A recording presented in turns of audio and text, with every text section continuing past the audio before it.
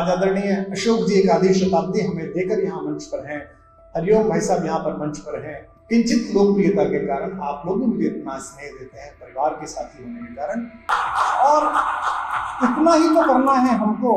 हमने इतने देवताओं की स्तुति करी है, इतनी प्रशंसाएं करी हैं, इतना ही तो करना है कि 4 सेठों की हमें झूठी प्रशंसा करनी पड़ेगी, कर देंगे वो भी। लेकिन हम एक अच्छा सा एक कवि निवास, एक साहित्य निवास, एक नवरस निवास हम कुछ कर लेंगे।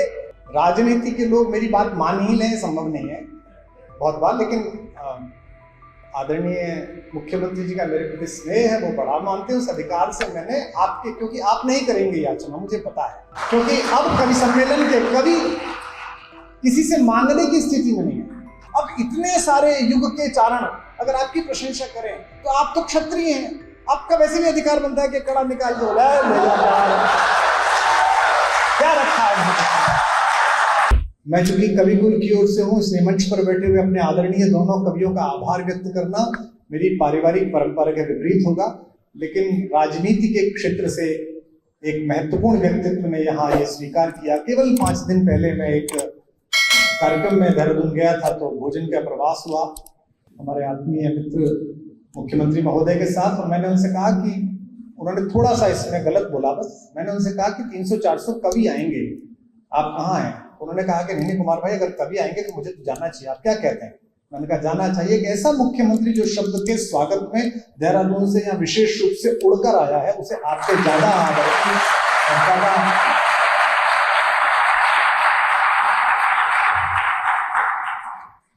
पिछले 25 वर्ष से अधिक का मेरा उनका संपर्क है।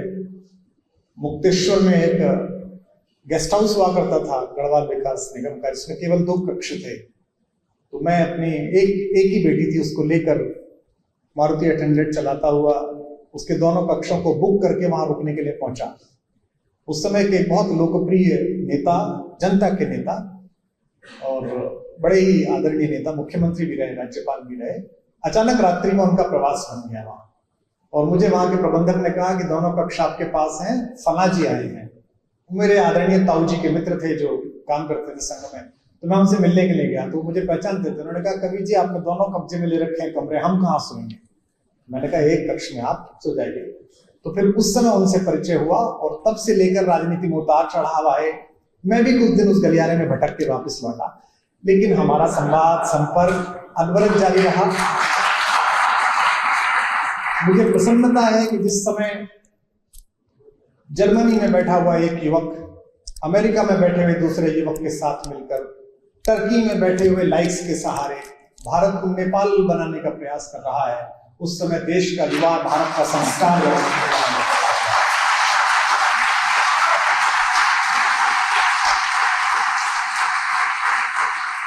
मैंने आपदा के समय की देवभूमि भी देखी है। आपदा 18 तारीख को आई थी, 21 तारीख को हम लोग यहाँ 100 डॉक्टरों की टीम लेकर आ गए थे। और कुछ गांव तो मुख्यमंत्री जी ऐसे थे, नारायण बगड़ जैसे, जो आधे बह गए थे, जहां पहली बार हम लोग ही पहुंचे थे, कवि लोग ही पहुंचे थे। उत्तराखंड देवभूमि है जो व्यास्तिक है, विश्व भर में जो 250 करोड़ सनातनी है, जिनको भी प्रकृति से प्रेम है वो आते ही हैं। ये हमारा पितृ पर्व है, हमारे बुजुर्गों की जगह है, बाबा बद्री केदार की जगह है, हमारी माँ गंगा यहाँ से प्राकट्य पर्व पाती हैं। लेकिन यहाँ जिस तरह का सहकार आपने स्थापित किया, इसलिए नहीं कि आपके प्रति आत्मीयता है, पूरे देश में उसकी चर्चा है। सामाजिक व्यक्ति होने के नाते, कवि होने के नाते अन्य दलों के लोग भी बात करते हैं, जो शेष बच गए हैं उनमें से अधिकांश लोग जो दूसरे दल में, जो आपके विपक्ष में हैं, वो भी आपकी सदाशयता की, आपकी विनम्रता की, आपके सहज उपलब्ध हो जाने की प्रशंसा करते हैं। हम कवि लोग हैं, हम सदैव इतने मीठे आपके लिए नहीं रहेंगे। राजनीति में रहते हुए कोई निर्णय ऐसा होगा जो हमें विपरीत लगेगा, उसमें हम सारी मैत्री और भ्रातृत्व भूलकर आपके निर्णयों के विपरीत बोलेंगे। जब जब आप उसे स्वीकार करेंगे तब तब हम मानेंगे कि आप कवियों का सम्मान करते हैं, साहित्य का सम्मान करते हैं।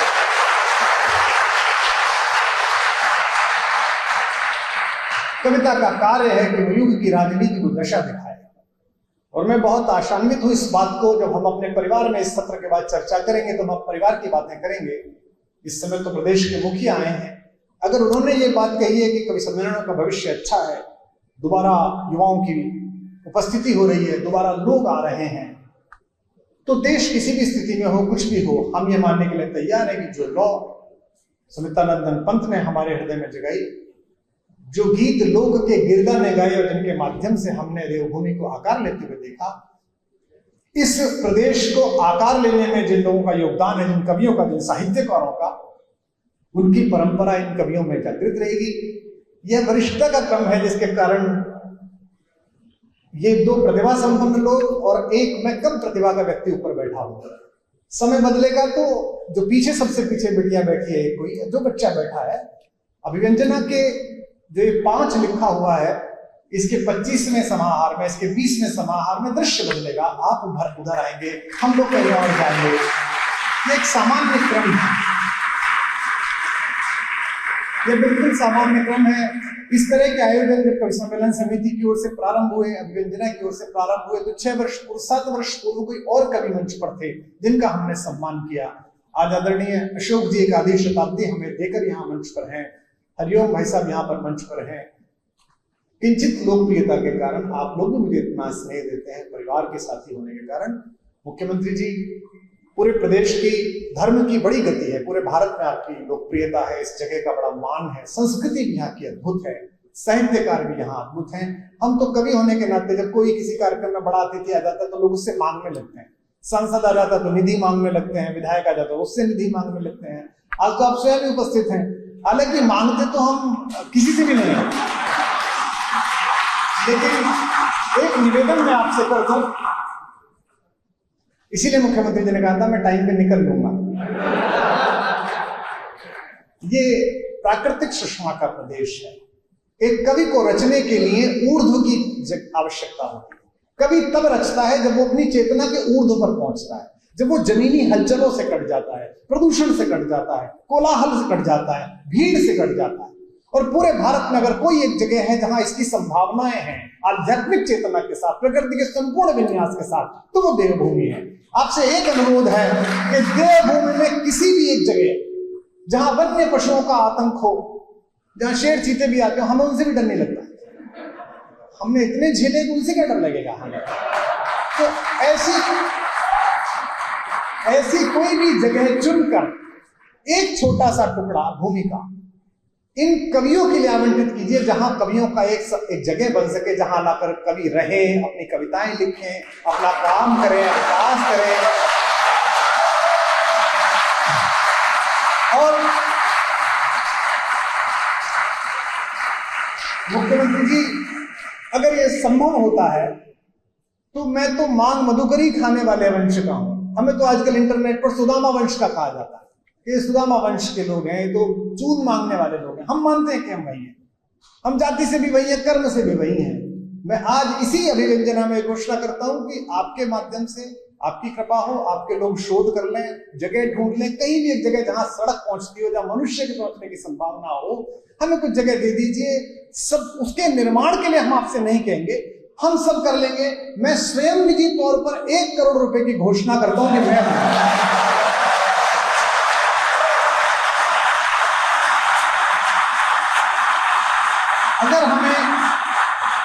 अगर हमें भूमि मिलेगी तो उसमें एक सामान्य कमरे, आज किसी का मन करता है, बिल्कुल छोटे बच्चे बैठे हैं, हमारी तीसरी पीढ़ी बैठी है, डॉक्टर दुबे बैठी है, तो डॉक्टर दुबे के पीछे हमारी दूसरी बिटिया भी बैठी है जो कविता में प्रवेश कर रही है।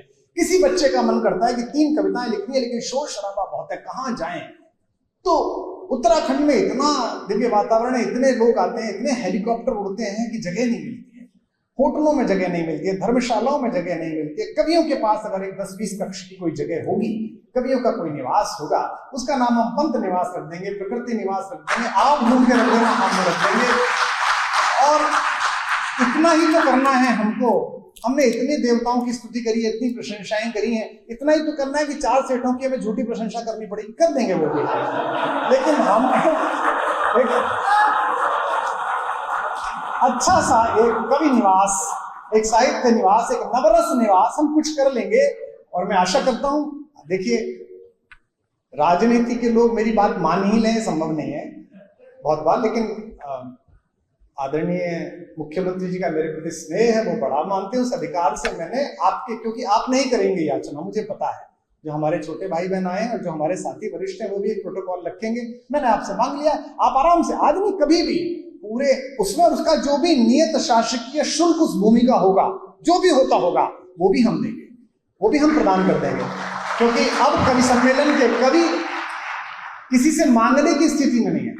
मुख्यमंत्री जी, लोग बैठे हैं 400 नहीं है, ये लोग जो बैठे हैं ये 150 करोड़ इसलिए कि इनमें एक एक कवि को सुनने के लिए 50-50 हजार आदमी आता है।